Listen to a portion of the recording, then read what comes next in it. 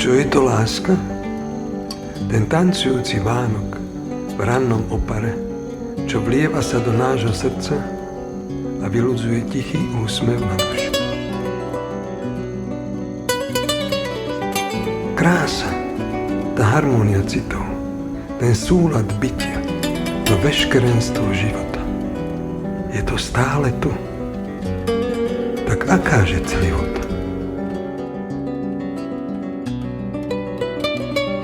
Vráťme sa domov, do chrámu prirodzenosti, čo postavený je vôľou našich cností. A nech sprevádza nás vedomie a bytie, súnáležitosť a spolužitie.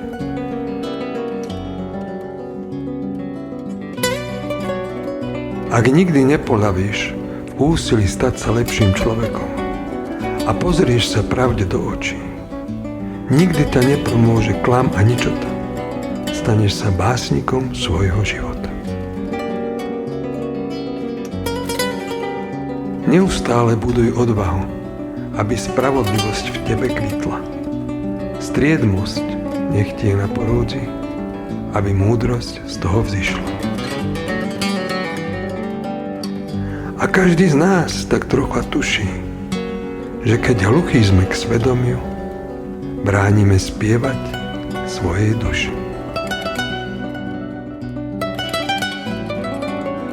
A keďže sme príčinou aj následkom seba samých, nie sa kam ponáhľať, pretože vždy ostáva dokončiť 1001 vec.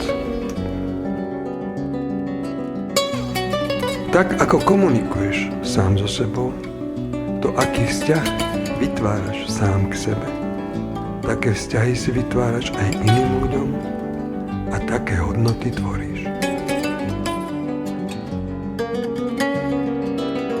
Ak ti príde do života prekážka, usmej sa na ňu, lebo práve ti bola ponúknutá možnosť byť bližšie k sebe samému.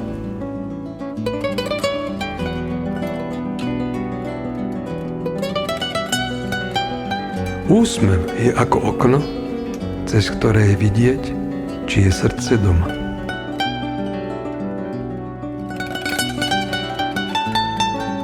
Keď srdce pokojne bije, vtedy vieš, že zdravý rozum je na mieste.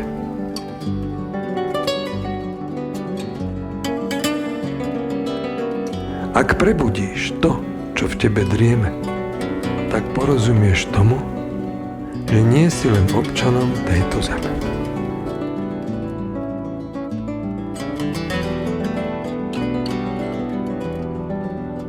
Neboj sa nabažiť prítomnosťou do síta, bo v nej radosť a smiech, energia života.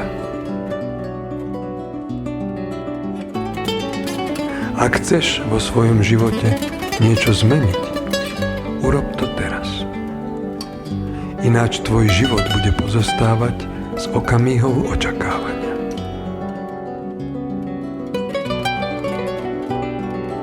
Žiť skutočný život znamená tvoriť si prítomnosť.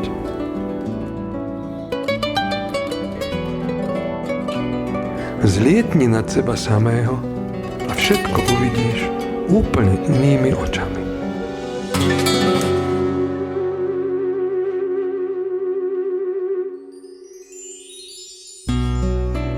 Bojíme sa zostať ticho, pretože nám ukazuje to, kým sme.